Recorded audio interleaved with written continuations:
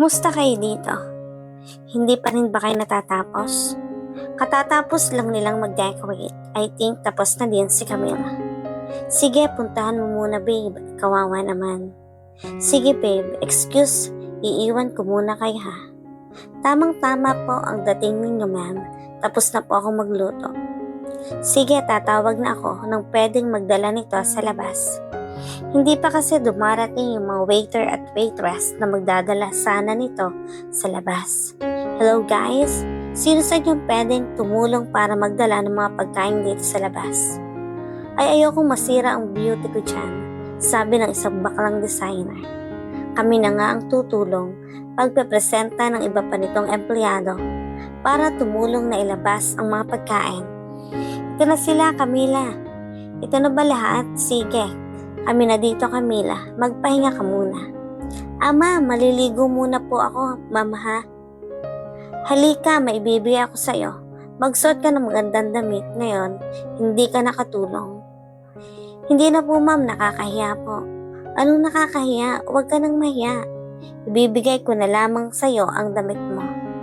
Walang magawa si Camila kaya hindi na ito makatangging dahil mapilit si Jennifer. Camila, sa labas na ako maghihintay pagkatapos mong maligo. Bumaba ka na dito ha. Nandito nga pala ang iba ko pang mga bisita. Opo ma'am. Andito na pala kayo. Welcome. Gab, sila mga kaibigan ko, si Lynette at Kyla at si Lyndon. Kaklase ko sila sa high school sa Amerika. Pero mas naging matalik ko silang kaibigan pagdating namin ng college. Pero hindi kami nagkita pa pagkatapos namin graduate dahil may kanya-kanya na rin silang buhay. Si Lynette nakapangasawa ng doktor at si Kyla naman nakapangasawa ng taga-London. Ito na lang si Lyndon ang single pa hanggang ngayon. Ewan ko dito, ang yaman-yaman naman at ang gwapo pa pero wala namang planong mag-asawa. Hello Gab? Habang si Lyndon naman ay tahimik lang, nagsimula na nga ang event at nagsidatingan na ang mga waitress at waiter, pati ang iba pang bisita. Natapos na si Camila sa pag-aayos ng sarili at nakahanda na siyang bumaba. Kahit nahihiya ito ay pinilit na lang nito ang sarili para kay Jennifer. Nandito na si Camila. Halika Camila, lumapit ka dito. Nanlaki ang mata ni Lyndon at Gab sa sobrang ganda ni Camila. Personal naman na nagpakilala si Lyndon at lumapit kay Camila. Napansin naman ni Jennifer kung paano titigan ni Gab si Camila. Pero hindi na lang nito nilagyan ng malisya dahil totoo naman kahit na sinong mapapatingin kay ganda ni Camila. Unang lumapit si Lyndon. Hi Camila, by the way I'm Lyndon. Hello po. Habang nag-uusap si Lyndon at si Camila, si Gab naman ay iba kung makatingin sa dalawa. Habang iniinom nito ang isang baso ng alak, ay bigla na lang pumasok si Gab at sinusubukan na pigilan ang selos na nararamdaman.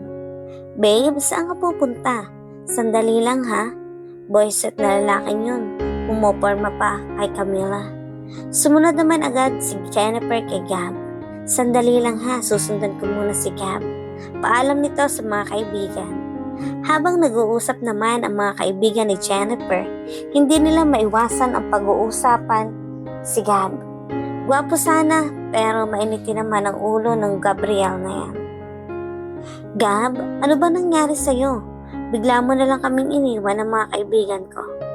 Tungkol ba to sa resulta ng pakipagkita mo kay Mr. Argon? Oo babe, sige na, bumalik ka na sa party. Susunod na lang ako. Talaga ba babe? Okay lang sa'yo at babalik ako sa labas? Oo babe, okay lang talaga. Sige babe. Habang nag-uusap pa rin si Camila at si Lyndon, sa labas si Gab naman ay nasa taas ng kwarto niya at nakatingin sa kanila mula sa bintana. Camila, ikinalulugod kong makilala ang isang tulad mo. Salamat po sir. Maaari ko bang maalaman ang trabaho mo at anong ginagawa mo sa buhay? Ako po ay isang kasalukuyang nagtatrabaho bilang katulong kay Miss Jennifer po. Talaga? Pero hindi ka halatang katulong kasi sa ganda mong yan ay hindi bagay na maging katulong ikaw. Inis na inis si Gab na nakikita niya at gustong gusto sana nitong puntahan si Camila para pigilan ito makipag-usap sa ibang lalaki. Camila, ano bang pinag-uusapan ninyong dalawa? Bakit ba ang dali lang sa iyong gawin to sa akin? Sabi nito sa kanyang sarili. Nakita naman ni Cheska kung paano niya titigan si Gab, si Camila mula sa bintana ng bahay. Iba talaga ang nararamdaman ko sa dalawang to.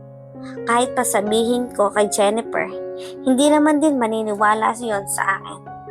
Nakahalata si Camila na nakatanaw ito sa kanya sa bintana. Sandali lang Lindan ha, papasok muna ako sa loob. Sige, maghihintay ako. Pumunta naman sa loob si Camila para magpalit ng damit, nang bigla na lang itong binuksan ni Gab.